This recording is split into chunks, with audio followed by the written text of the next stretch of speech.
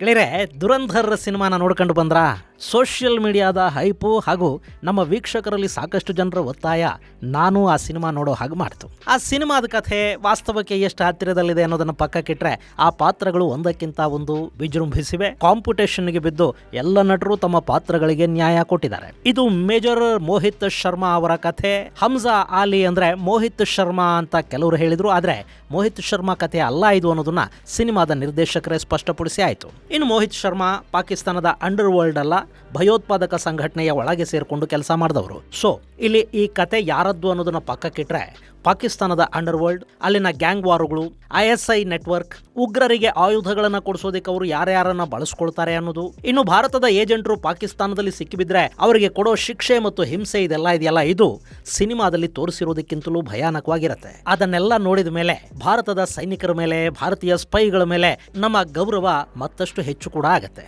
ಶತ್ರು ನೆಲದಲ್ಲಿ ಯಾವಾಗ ಬೇಕಾದರೂ ಅಪ್ಪಳಿಸಬಹುದಾದ ಅಪಾಯದ ಅರಿವಿದ್ದೂ ಕೂಡ ದೇಶದ ರಕ್ಷಣೆಗಾಗಿ ಕೆಲಸ ಮಾಡೋ ಆ ರಿಯಲ್ ಹೀರೋಗಳನ್ನ ನಾವು ಕ್ಷಣ ಕ್ಷಣವೂ ಸ್ಮರಿಸಬೇಕಾಗತ್ತೆ. ಗೆಳೆಯರೆ, ಈ ಜಗತ್ತಲ್ಲಿ ಎಲ್ಲೇ ಭಯೋತ್ಪಾದಕ ಕೃತ್ಯಗಳು ನಡೆದರೂ ಕೂಡ ಅದರ ಹಿಂದೆ ಪಾಕಿಸ್ತಾನ ಇರುತ್ತೆ ಅನ್ನೋ ಮಾತನ್ನ ನೀವು ಸಾಕಷ್ಟು ಬಾರಿ ಕೇಳಿರ್ತೀರಿ. ಆದ್ರೆ ಬರೀ ಭಯೋತ್ಪಾದನೆ ಮಾತ್ರ ಅಲ್ಲ, ಜಗತ್ತಿನ ನಾನಾ ದೇಶಗಳ ಅಕ್ರಮ ಆಯುಧ ಮಾರಾಟ ಜಾಲಗಳು, ಡ್ರಗ್ಸ್, ಮಾನವ ಕಳ್ಳ ಸಾಗಾಣಿಕೆ, ಹವಾಲಾ, ನಕಲಿ ನೋಟು, ಮತೋನ್ಮಾದ, ಹೀಗೆ ಇವತ್ತು ನಾವು ಜಗತ್ತಿಗೆ ಯಾವನ್ನೆಲ್ಲ ಶಾಪಗಳು ಅಂತ ಕರಿತೀವೋ ಆ ಎಲ್ಲ ಶಾಪಗಳ ಮೂಲ ಕೇಂದ್ರನೇ ಪಾಕಿಸ್ತಾನ.